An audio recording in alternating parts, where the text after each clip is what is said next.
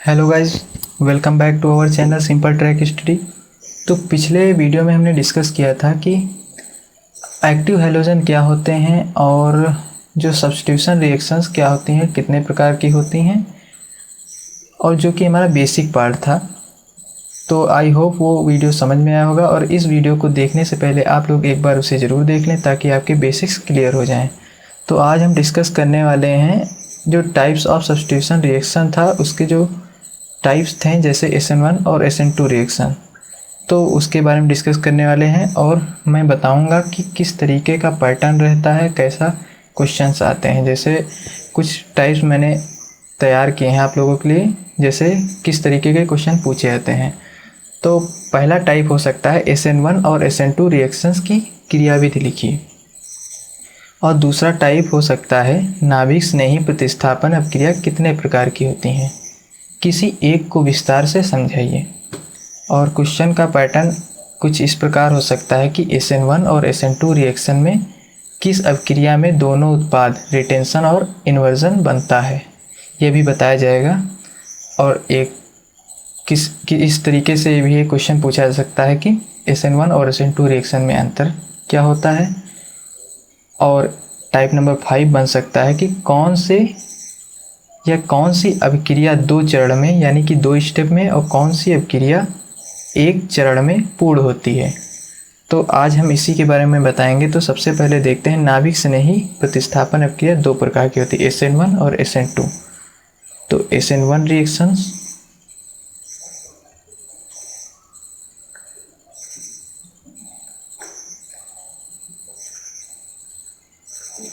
जितनी भी SN1 reaction होती हैं ये सभी फर्स्ट ऑर्डर रिएक्शन होती हैं।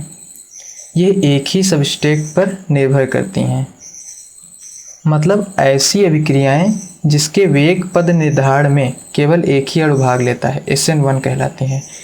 तो ऐसी अभिक्रियाएं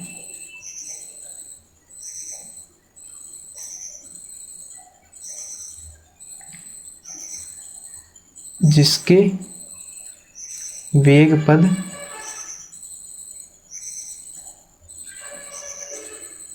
निर्धारण में एक ही अणु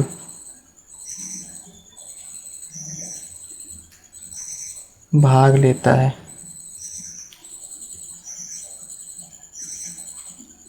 वो SN1 कहलाती हैं। और इसमें न्यूक्लियोफाइल जो होता है वो आगे और पीछे दोनों तरफ से अटैक करता है। ये मेन पॉइंट है, जो न्यूक्लियोफाइल होता है वो आगे और पीछे मतलब फ्रंट एंड बैक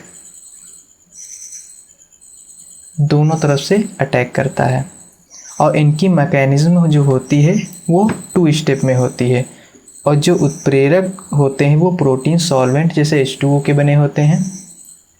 इसमें ऑप्टिकली एक्टिव कंपाउंड पाया जाता है, अर्थात इसमें किरैल कार्बन होता है। जहाँ पर ऑप्टिकली एक्टिव कंपाउंड का नाम लिया जाएगा मतलब किरैल कार्बन की बात की जा रही है। और इसमें क्योंकि ये क्रियाएं जो हैं एक ही चरण में पूर्ण होती हैं, तो हम इसे कह सकते हैं कि substrate proportional to rate of reaction.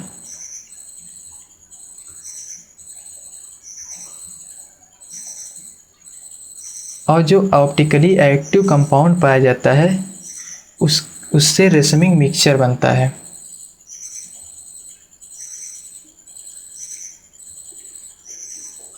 जो कि रिटेंशन और इन्वर्जन 2 उत्पाद बनाता है।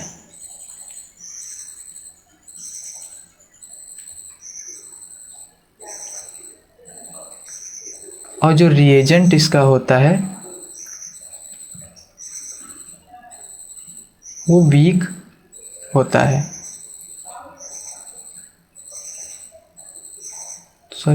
वीक होता है। वो जो इसमें रिएजेंट यूज होता है वो वीक होता है। तो अब इसे एग्जाम्पल के थ्रू समझते हैं। मान लीजिए ये अभिक्रिया 2 स्टेप में पूर्ण होती है, तो स्टेप 1 लिखते हैं। स्टेप फर्स्ट, किरैल कार्बन होता है क्योंकि ऑप्टिकली एक्टिव कंपाउंड होता है, तो किरैल कार्बन ले लेते हैं। किरैल कार्बन मतलब वैलेंसी चार्ज, यहाँ पर कोई हैलोजन लगा हुआ है तो ये माइनस चार्ज होगा, ये प्लस चार्ज में होगा। ये वैलेंसी के लिए हाइड्रोजन लगा हुआ है और ये R कोई श्रृंखला लगी हुई है तो यहाँ पर R डैश हो जाएगा। जब जल से इसकी क्रिया कराई जाती है, ये सब्सट्रैक्ट है किरैल कार्बन, जब जल से इसकी क्रिया कराई जाती है तो ये क्रिया स्लो होती है, तो इसमें न्यूक्लियोफाइल अलग हो जाता है। तो ये कुछ ऐसा बनेगा, ये पॉजिटिव, ये हाइड्रोजन, ये श्रृंखला है कार्बन श्रृंखला, और न्यूक्लियोफाइल मतलब कि हाइड्रोजन अलग हो जाता है। तो ये X माइनस मतलब हाइड्रोजन अलग हो गया। अब सेकेंड स्टेप देखते हैं इसका, स्टेप सेकेंड, क्योंकि ये 2 स्टेप्स में पूर्ण होती है तो ये स्टेप सेकेंड हो जाएगा। आराम से समझेंगे इसको। ये हाइड्रोजन लगा हुआ है, ये कार्बन श्रृंखला, ये भी कार्बन श्रृंखला है, ये पॉजिटिव चार्ज है, ये वाला हम यहाँ पर लिख देंगे, समझ लीजिए पूरा। फिर यहाँ पर न्यूक्लियोफाइल जब अटैक करेगा, जब न्यूक्लियोफाइल आगे से अटैक करता है तो ये रिएक्शन फास्ट होती है, क्योंकि न्यूक्लियोफाइल आगे से फ्रंट से अटैक कर रहा है तो ये रिएक्शन फास्ट होगी। अब जो है ये कार्बन श्रृंखला और ये हाइड्रोजन लगा हुआ है और ये भी कार्बन श्रृंखला है और ये न्यूक्लियोफाइल, तो ये हमारा टोटल कंपाउंड रिटेंशन बनेगा, जो रेसमिक मिक्सचर टोटल बनेगा। और ये वाला हमारा जो कंपाउंड बनेगा ये रिटेंशन,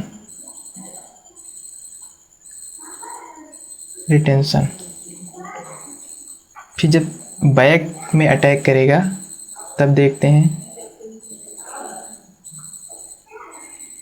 ये हाइड्रोजन श्रृंखला, कार्बन श्रृंखला, कार्बन चैन, हाइड्रोजन चैन सॉरी, और ये न्यूक्लियोफाइल। जब न्यूक्लियोफाइल पीछे से अटैक करता है, बैक से न्यूक्लियोफाइल जो है पीछे से अटैक करता है बैक से, तो ये हाइड्रोजन, ये हाइड्रोजन श्रृंखला, न्यूक्लियोफाइल यहाँ पर लग जाएगा और यार तो ये हमारी इन्वर्जन हो जाएगी, इन्वर्जन हो जाएगी। और ये दोनों जो प्रोडक्ट बने हुए हैं यही हमारे रेसमिक मिक्सचर हैं।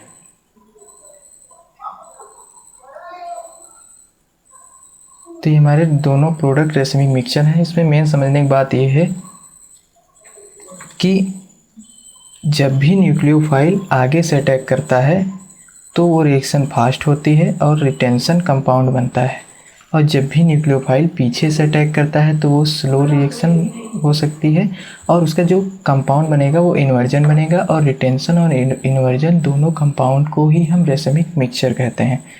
तो SN1 पूर्णतः क्लियर हो गया है। अब SN2 रिएक्शन की बात करते हैं। SN2 रिएक्शन,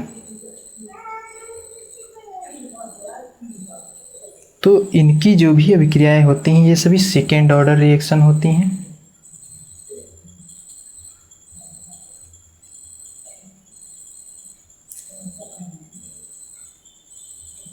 ये सभी सेकेंड ऑर्डर रिएक्शन होती है। इनकी जो मैकेनिज्म होती है वो एक स्टेप में होती है। मैकेनिज्म वो 1 स्टेप में होती है।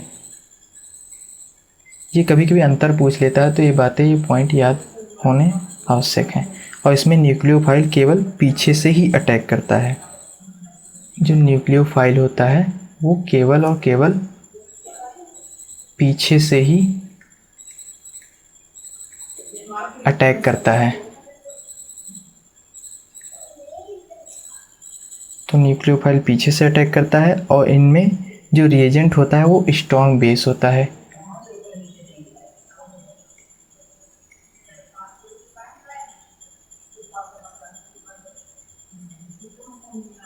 वो स्ट्रॉन्ग बेस होता है, रिएजेंट इसका स्ट्रॉन्ग बेस होगा और न्यूक्लियोफाइल हमेशा पीछे से अटैक करेगा। और इनकी जो रेट ऑफ रिएक्शन होती है, जो भी रेट ऑफ रिएक्शन होती हैं वो सबस्ट्रेट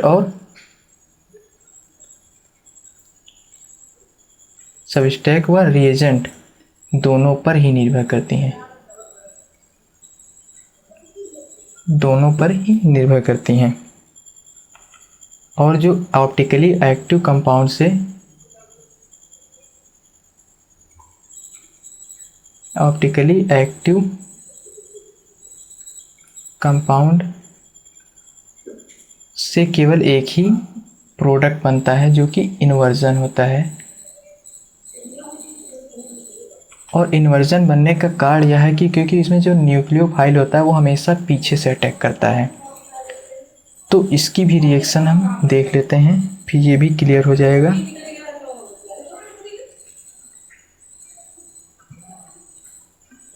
और मैकेनिज्म से इसकी होती है तो एक स्टेप में पूर्ण होती है, तो स्टेप लिखने की आवश्यकता नहीं है। ये हाइड्रोजन, सॉरी ये R है केवल, और ये R' है, और यहाँ पर हैलोजन लगा हुआ है।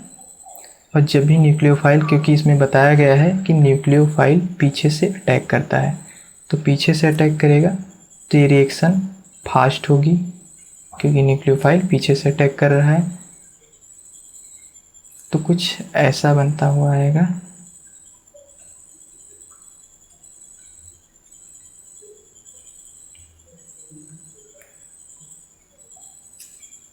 ये हाइड्रोजन निकलता हुआ प्रतीत होगा, निकलेगा, और ये न्यूक्लियोफाइल जुड़ता हुआ प्रतीत होगा, ये जुड़ेगा। तो इस स्टेप को हम क्लियरली यहाँ बना सकते हैं।